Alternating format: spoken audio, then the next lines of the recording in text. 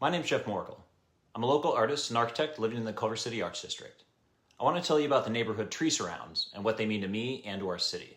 You see, they're endangered, and I've been working on saving them. Your voice can help. Hear me out. I'll tell you in a moment about the background and the significance of the tree surrounds, but first I want to tell you a quick backstory. A little over a year ago, in a casual conversation with a friend that works for Culver City, I was told that the city was planning to completely remove this system with no immediate plans for what might come next, and at a significant cost. The issue was that since the installation of the system over 25 years ago, there had not really been a sustainable maintenance plan for them. Because of this and deferred upkeep over time, a small handful of the system has sustained structural damage, while nearly all of the system has cosmetic wear and tear. I knew from years of living here and enjoying these streets that there was certainly immense public support for these, and I knew that I loved them. And so it was then that I knew that I had to speak up for the tree surrounds. I kind of feel like the Lorax. I think you all know him. So what are the Arts District tree surrounds? They are the Movie Walk of Fame. Installed in 1998, they're a system of 65 sculptural streetlights along Washington Boulevard from National to Fairfax, right through the heart of the Arts District. Each sits around the base of a palm tree along the corridor. Each has 4 streetlights, 2 that illuminate the trunks of the palms above, and 2 that illuminate the sidewalks below. And most notably, each of the 65 features a film made in Culver City. Here's a map of the system. They were installed as a way to unify the early Arts District at the cost of about $1 million, which is $2 million in today's dollars. That comes out to about $30,000 per tree surround. The historic films represented throughout the system span almost 7 decades, from 1929 to 1994, and include a number of iconic titles. Some of my favorites would be North by Northwest, King Kong, Beetlejuice. Here's the original layouts of many of the titles that are represented on the red-orange bands around the center of the sculptures. These are what I'll be calling the title strips. So why is this system worthy of our city and community efforts? Well, in my professional design opinion, they are valuable urban placemaking assets that serve to unify the corridor. They provide pedestrian-scaled street lighting, they're iconic, and they're historic. They're defining visual elements of the Arts District. They're unique sculptures designed and created locally by icons of the LA design world. They exist nowhere else in the world but right here in the neighborhood. And they're just plain cool. I love passing by them every day. So who designed this system of tree surrounds? The firm of Sussman Praja designed these when they had their office in the Hayden Tract back in the 90s. You've seen their work. They designed the branding for the Culver City and Santa Monica bus systems. They designed the wayfinding and signage spread throughout the downtown of each of these cities as well. They designed a series of painted movie graphics on the ceiling of the parking garage by Trader Joe's. They designed parts of the update to the Kirk Douglas Theater downtown. They designed the signage and lighting elements of Grand Park in downtown LA. They designed the road signage at Disney World. They also happen to be married to one another. And most famously, they were designers of the identity, signage, wayfinding, and incredible temporary structures that made up the look and feel of the 1984 Olympics in LA. So how can we steward this system into the future? What needs to happen for the city to be able to keep these as part of the neighborhood, and why has this previously been a problem? The 3 major things that the city needs are a strong demonstration of public support for keeping this system, a sustainable and robust maintenance plan, and funding. So to date, there has fortunately been a resounding call of public support. This February, one of the tree surrounds was removed as a test. Because of all the conversations I've been having about this system with locals over the past year, neighbors spotted the crew removing it, and they alerted me. Within 2 days, I was able to organize a grassroots email campaign to get community members and a cross-section of Culver City organizations to write into our city council members to request a pause on the removal process so that the public could have a chance to have their voices heard. The campaign was successful.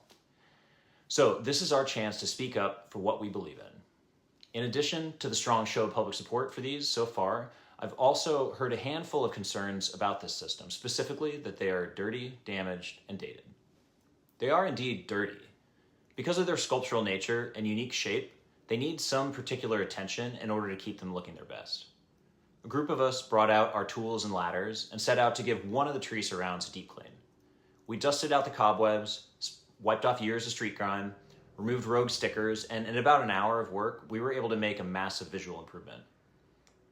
Another concern I've heard voiced is that the system is damaged. I've done a casual survey of the entire system, and there are only 5 of the 65 that have significant structural damage. This is a small fraction of the entire system. This handful of structural repairs are feasible and achievable.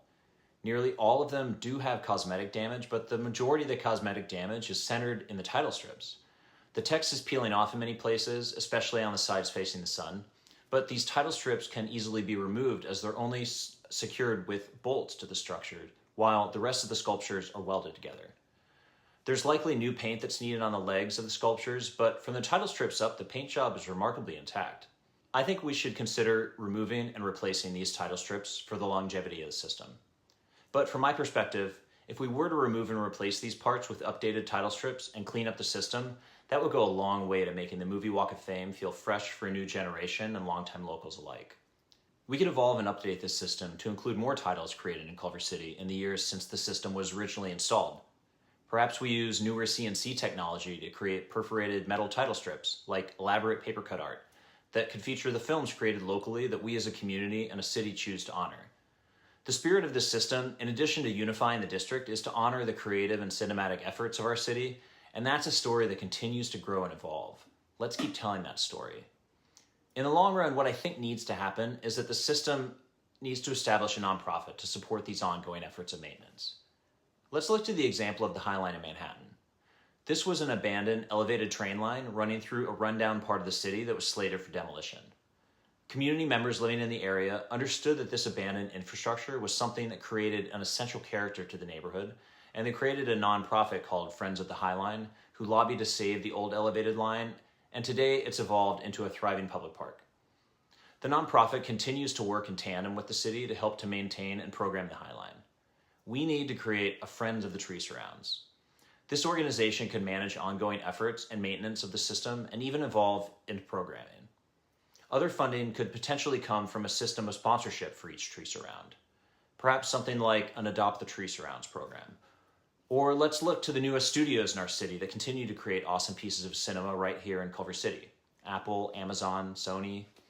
Their buy-in to the efforts of the system could be a way to feature new work that they've been creating here in the city right alongside the first 70 years of films that this system already highlights. Now, the other concern I've heard is that these urban elements feel dated. With a cleanup and improvements to the system, I think it would be easy for us to see as a community that what on first glance might seem dated is actually a large part of what gives the neighborhood character. We all know that urban neighborhoods are vastly more interesting when there are layers of history all living on top of one another. Downtown Culver City has chosen to save a series of historic streetlights along Culver Boulevard that were installed in the 20s. Despite perhaps seeming dated at one point in history, the system of streetlights is now enshrined and honored in the Little Red Book made by the city that features public art and points of interest. Imagine if these historic streetlights had been removed and thrown out because they were seen as dated. They do have various aspects of cosmetic damage, but we as a city have chosen to maintain these. The Arts District and our community at large has the opportunity to maintain this layers of history along the corridor. These are our historic streetlights. This is our Movie Walk of Fame. Let's come together as a community and demonstrate to the city that we care about our history and we care about these sculptural and historic streetlights that enhance our streetscape. I'd like you to imagine a future on the other side of this effort when the Movie Walk of Fame has had its glow up and we've come together as a community to stand up for our history. How might we create programming around this system that keeps it interesting and exciting and dynamic? How can we make these historic films come alive? Maybe we create a project where a QR code at each of the surrounds brings up augmented reality on our phones that reveals the original movie poster or a clip of the film.